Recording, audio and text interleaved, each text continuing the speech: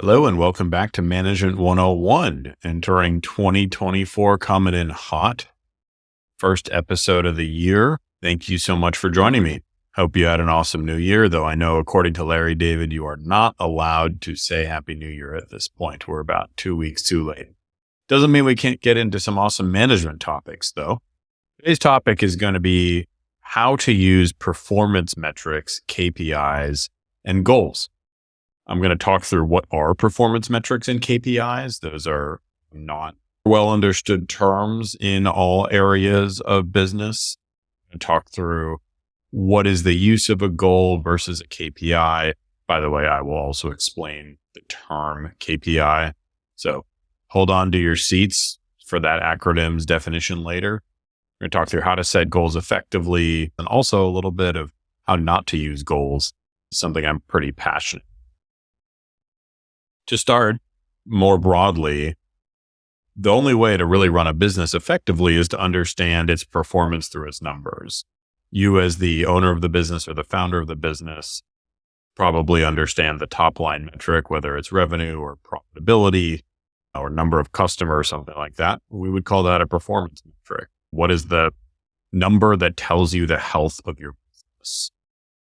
A KPI is another way of describing that metric, a key performance indicator.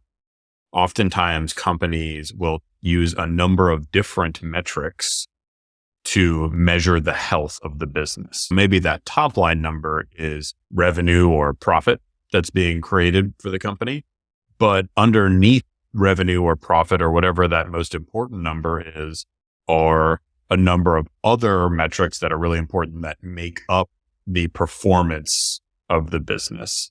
Let's start with revenue as an example. The end number is revenue, but that starts much earlier on with sales funnel numbers. How many customers have visited the website? How many customers have stated interest in the product? How many customers have you spoken with? What % of those customers are converting to sales? Those could all be KPIs or key performance indicators that make up the overall health of the business. For example, maybe your revenue is $1 million a year or $10 million a year. Typically, that comes from $50 million a year in potential sales, and you convert 20% of that.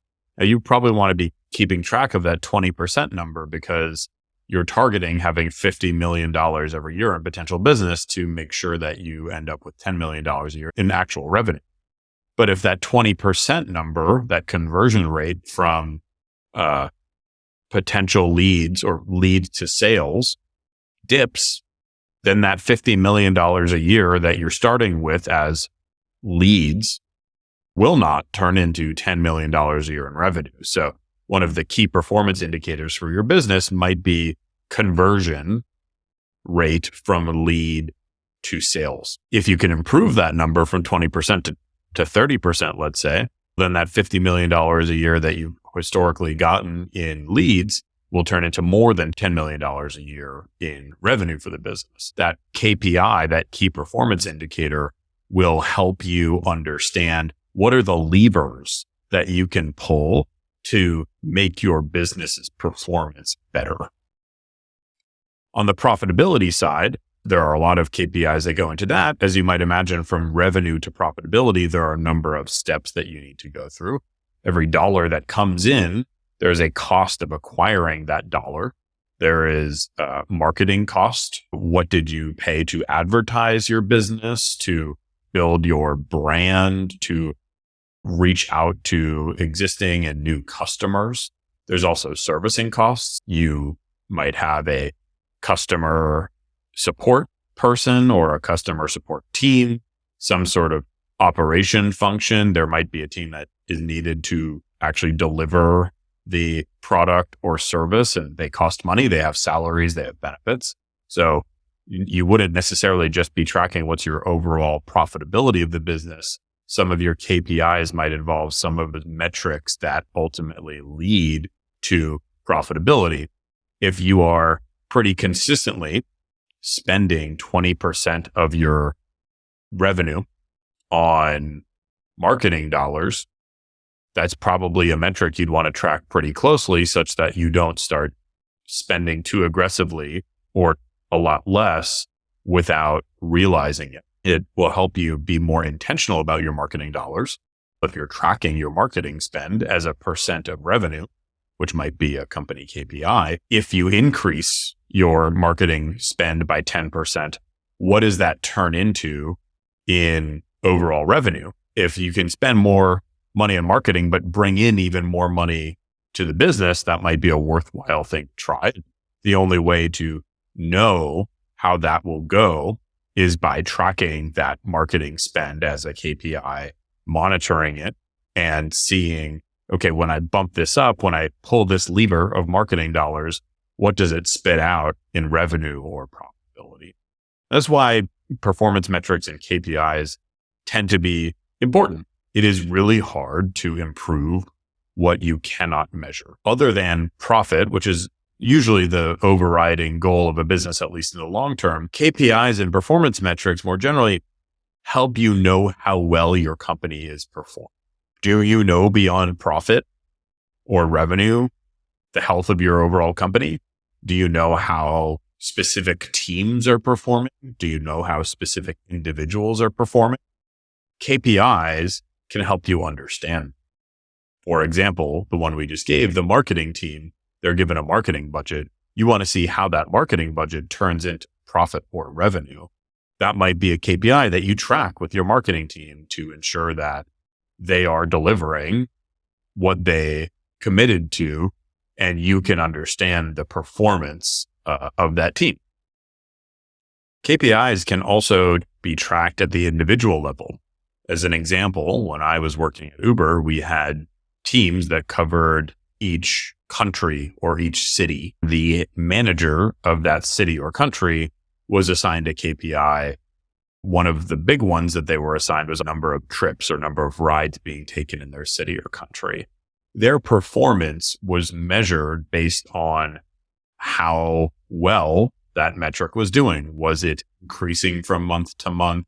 Was it increasing at the same rate as other countries or cities? Was it increasing or decreasing compared to goals that had been set? That KPI was used to hold that individual country or city manager accountable and was used to track their performance. It was used on a regular basis to check in with them to understand the health of their market or their operation. We talked a little bit about KPIs. I'm going to go a layer deeper here and talk about how they're utilized throughout a company. I said before, you can use them to measure a company's overall health or performance. You can use them to measure a team's overall health or performance. You can also use them to measure a individual's overall performance and capabilities. KPIs are typically metrics that are set every year for many businesses.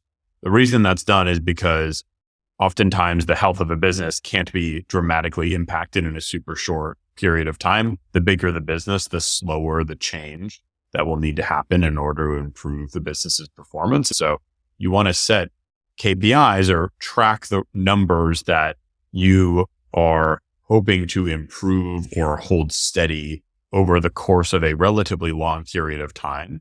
That enables your team to spend the time to do the work necessary to impact those KPIs.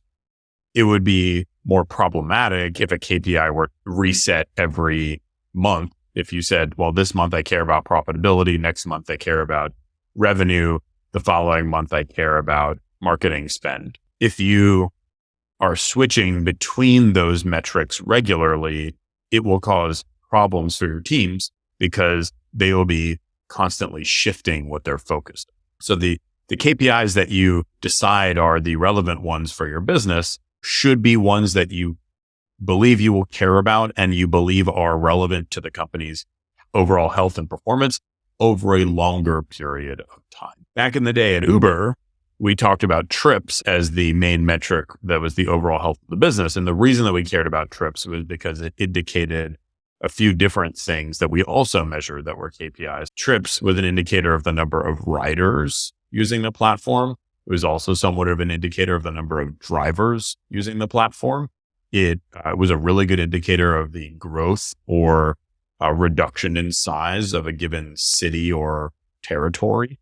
Trips became this good number for us to look at to say, here's how this city is performing. It was also a really good metric to substitute for looking at revenue, which we had a little bit less control over. You can incentivize riders and drivers to use the platform, but how long a trip is, for example, how much revenue an individual city takes in, that's not quite as in an individual's control. Sometimes rides will be longer, sometimes rides will be shorter. There's a lot less influence that a team will have over that, but a team definitely has the ability to ensure that drivers are in certain places at certain times, and therefore ensure that the average ETA, or the time between when I order a car and when I get a car, is as low as possible, that the difference between what the rider pays and what the driver pays is acceptable amount to Uber such that the business is viable. So trips became the KPI that we measured over time. For the first 3 or 4 years that I was at Uber, when I was working in the rides side of the business, trips was always a metric that we looked at. It was always one of the KPIs for the ride side.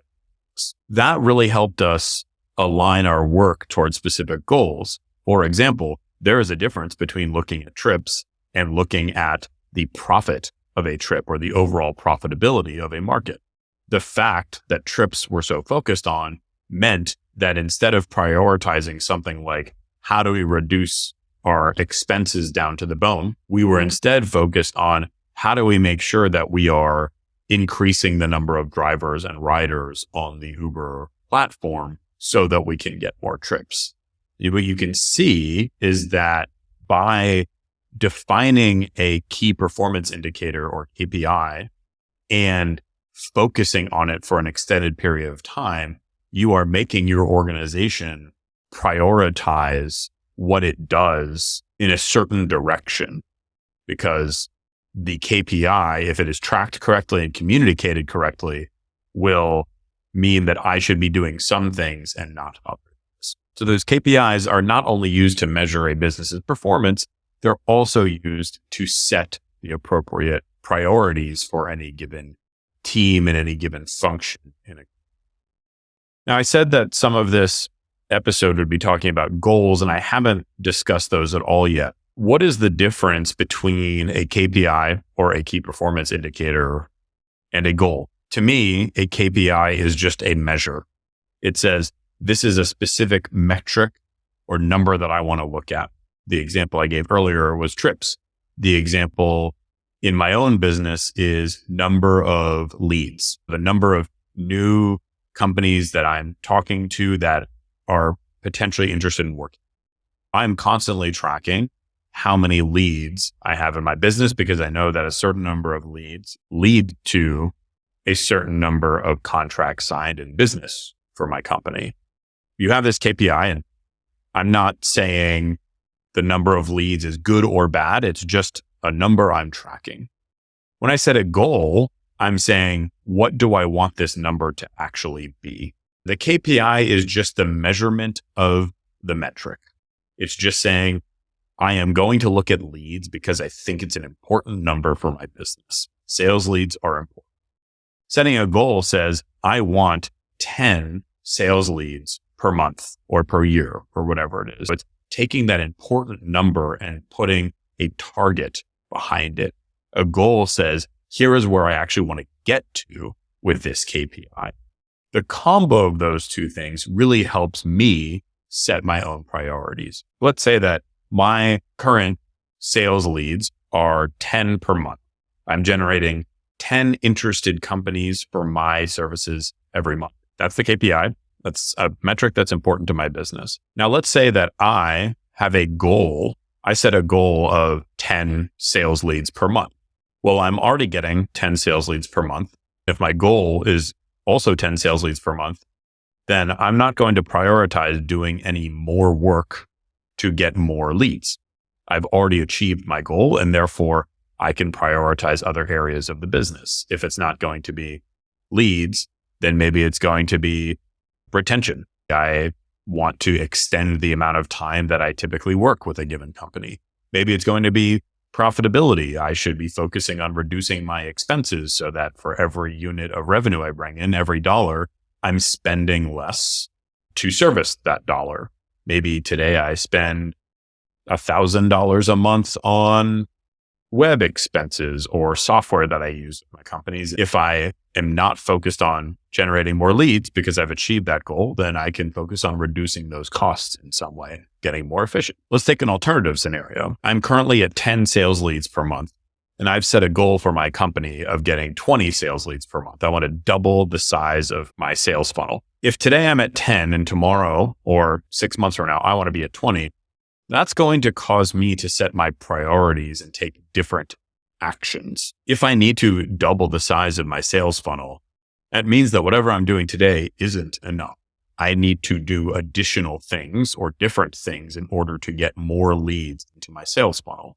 By setting a goal along with having the number that I'm trying to track, I am forcing myself to prioritize specific activities and deprioritize others. This is what companies do between KPIs and goals, is they say, here are the numbers that we care about, and here's where these numbers need to be. Here's where we want them to be in 6 months, 12 months. And the combo of those two things allows you and your teams to then take the appropriate actions to achieve those goals. I want to be clear that I think the combo of these two things is really important. Setting a goal for something that's not an important metric doesn't seem like the best idea. If I say that my KPIs are sales leads and profitability or operating margin, and then I set a goal related to something completely irrelevant, like number of coffees I drink every day. Well, I can definitely achieve that goal. If I say I want to drink 3 coffees a day, I can go do that, but it's not going to be at all useful to my business. Just setting a goal in and of itself, while it might seem obvious, is not necessarily a useful activity. When I marry it with a KPI, which is this is a number that my business actually cares about and I want to track, that is when goals become useful. I start with what are the numbers that are important to my business, operating margin and sales leads. Great. I'm going to set goals related to those two. So I'm going to say, I want to achieve an 80% operating margin this year. I'm at 70 now, and I want to achieve 15 sales leads per month, and I'm at 10 now. Great. Now I am clear on what I need to prioritize, and I can then decide the activities I'm going to do to get there. Goals in and of themselves are only useful insofar as they're set in a particular way.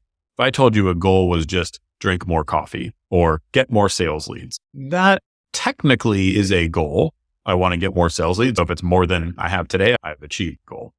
The problem with that is I'm not setting a specific target behind it. I also haven't said when I want to achieve that. There are a few things that are really important to the goal setting process that make a goal one that is useful or one that is not useful. One of the more common pitfalls I see business owners and founders fall into is they set goals that are not achievable. They say, I want to triple my revenue in the next 2 months. They don't have more team members than they did before. They have a lot of headwinds to their business. It's just not possible. If I say, I want to drink 50 coffees a day, I might die trying, but let's just say that's not an achievable goal. By setting that goal where it is, if I say I want to drink 50 coffees a day, that more or less turns me off to trying to achieve that goal. Be like saying, tomorrow I want to run 50 miles. In the last year, I have not run 50 miles in total. So the idea that I might run 50 miles tomorrow seems pretty far-fetched. I'm therefore probably not even going to try. And therefore, I will have not achieved my goal.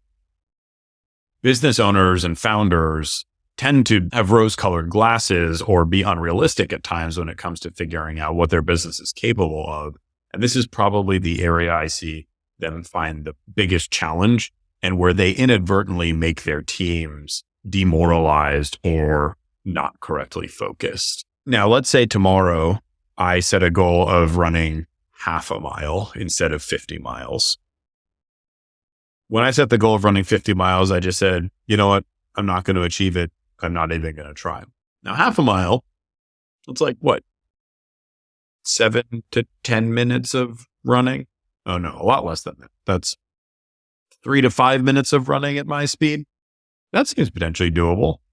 I haven't run in a little while, more of a resistance training guy myself, but half a mile seems doable. I'll try it. By setting an achievable goal for myself, I went from not trying something at all to being willing to attempt. So achievability is a really important function of proper goal set. There's a framework.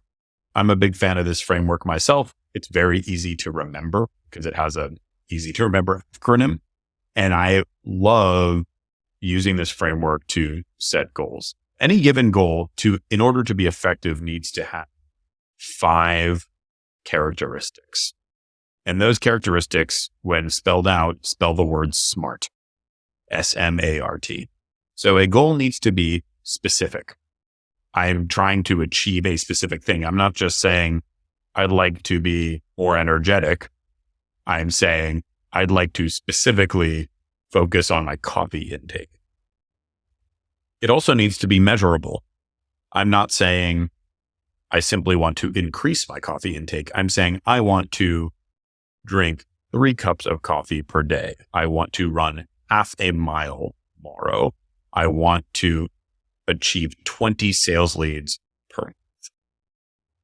It also needs to be achievable. It can't be a crazy goal that isn't possible because then it won't be a useful goal. I will focus my brain space activities elsewhere. So it's not, I will run 50 miles tomorrow. It's, I will run half a mile tomorrow. It's not, I will get 1,000 sales leads next month. It's, I will grow to 20 sales leads. It also needs to be relevant. Like I said before, if I care about the success of my business and I'm focused on my KPIs, that's great. But if I set a goal that's related to my coffee intake, it's very disconnected from the health of my business and therefore is not a relevant goal. So a goal not only needs to be specific, measurable, and achievable, it also needs to be relevant to whatever focus you have. And then the last one is time bound. You can't simply say, I want to get to 20 sales leads per month. A better goal would be to say, I want to get to 20 sales leads per month by 6 months from now. When you make it time bound, you express its urgency and therefore force your team to prioritize accordingly. If we have a super long-term goal, I want to double the number of sales leads I have by 5 years from now. I'm not going to focus on that today, probably. But if I say I want to get there within 6 months, well, I better get moving. The time-bound nature of it is really important. And certainly when you think about it in the sense of putting no time limit on it versus putting a specific target time on it, that makes a really big difference. Just to review those again, goals need to be SMART, specific, measurable, achievable, relevant, and time-bound.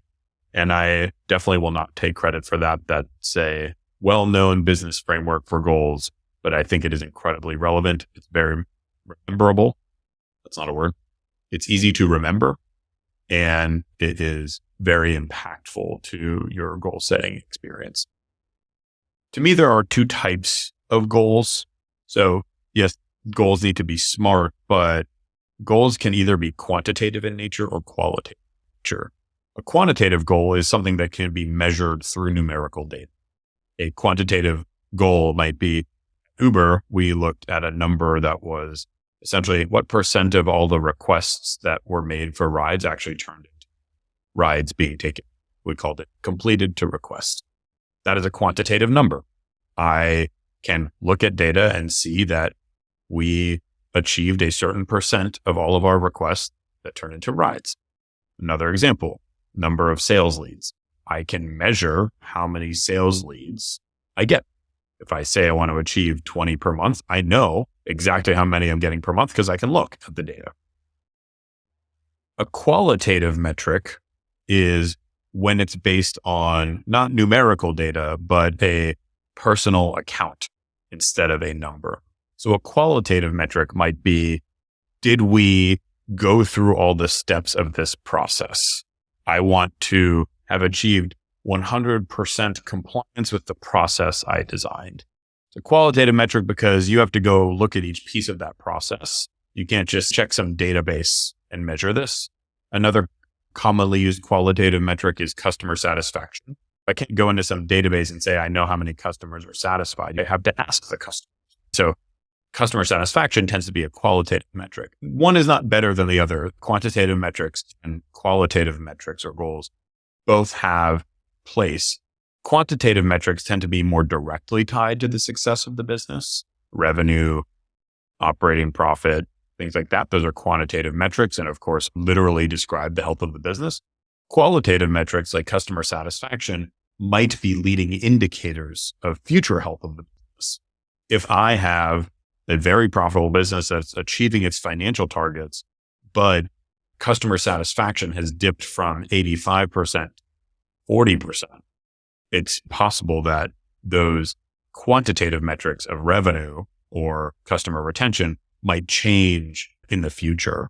Most businesses, in my experience, have a combination of quantitative and qualitative metrics that they use to set their goals. I think that combination makes a lot of sense. There are very few companies that should just focus on quantitative metrics, and I think there are 0 companies that should just focus on qualitative metrics.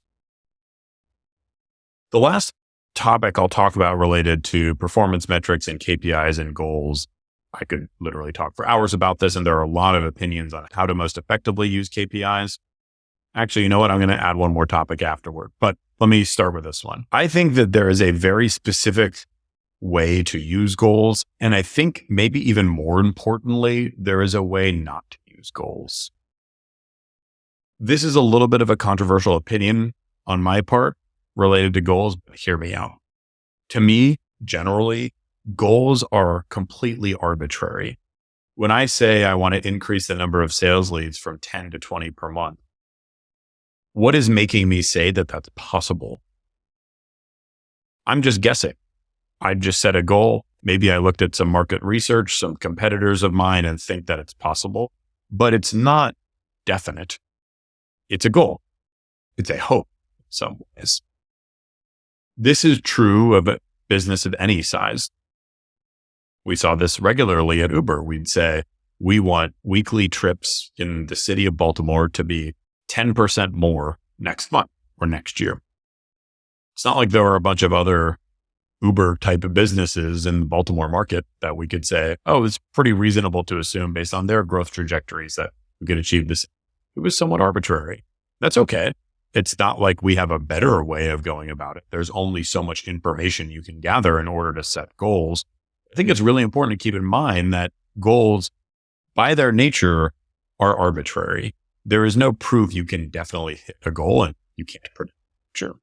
So to me, goals are best utilized not to measure an individual's performance or a team's performance, but rather they should be used to allocate resources. They should help you as a business leader, as a team leader, prioritize what to focus on and what not to focus on. If I have a goal in this area and I don't have a goal in that area, I probably shouldn't be allocating resources towards that area. I should be allocating resources towards this area. But when a team does not achieve a goal, it's not necessarily because they did something wrong. You might look at all of their work and say, this is exactly what I would have done, or this went well above and beyond what I even would have thought to try. But that doesn't mean that 100% of the time it's going to work out, that they're going to achieve your arbitrarily decided on goal. So to me, I don't like to look at goal-related outcomes as a measure of an individual's performance. Certainly, it can be correlated if an individual is consistently not achieving their goals and others are achieving their goals on the same metric. That's one thing. But generally, because goals are arbitrary, I like to use them just to set our focus areas set the target, say, here's where we want to get to, now prioritize accordingly. And then I more measure performance of an individual or a team based on how they went about trying to achieve the goal. Because to me, what's in their control is not the outcome, but rather the process by which they try to achieve that outcome. In any given situation, I could try the same thing 10 times and it'll only work out 8 times. Those other 2 times don't mean I went through the wrong process. It just means that very few processes guarantee outcomes. So when I look at an individual's performance, I put a lower weight on specifically whether they achieved the goal and a greater weight on the process they went through to get there. That to me is what's in their control and therefore the true measure. The last topic I'll talk about is there's an aspect of KPIs and goals, which is how you track and communicate them. There's a version of this, which is you meet as a leadership team of your company. You say, these are the KPIs for this year. We're going to tell everyone about them and then best of luck. A lot of companies do that. And that's not because anyone's doing something actively wrong. They just don't realize that when people don't have these numbers top of mind, they tend to forget about them over time. They will not be tracking them as closely as you will. They won't care about them as much as you will because you are more senior. You might be the founder or owner of the company. You'll always place greater importance on these numbers than any random employee. The key to good KPI communication and tracking, good goal communication and tracking is having it be front and center regularly for your teams. If the whole company needs to be focused on increasing sales or profitability, that's a number that should be shown to everyone in the company on a weekly or monthly basis. Keep it top of mind. Let them know how the company is performing. Let them know how close or far you are from the goal. If a team keeps that goal in mind because you're communicating it with them regularly, either through a team meeting or an email or a message of some sort, they're much more likely to continue pushing to achieve that goal, to continue prioritizing effectively in the face of changing environment in the business world that they are operating in, to continue prioritizing the right things to ensure that the goal is achieved or you get as close as you can. Make sure you are over communicating these metrics rather than just saying, oh, I think they remember that and I'll let them be and do their thing. That's all I got for today. Hope you found it useful. Would love your thoughts on KPIs and goals. There's a lot of great approaches out there and mine is one of many. So if you have some thoughts you'd like to share, I would certainly appreciate it. Talk to you next time.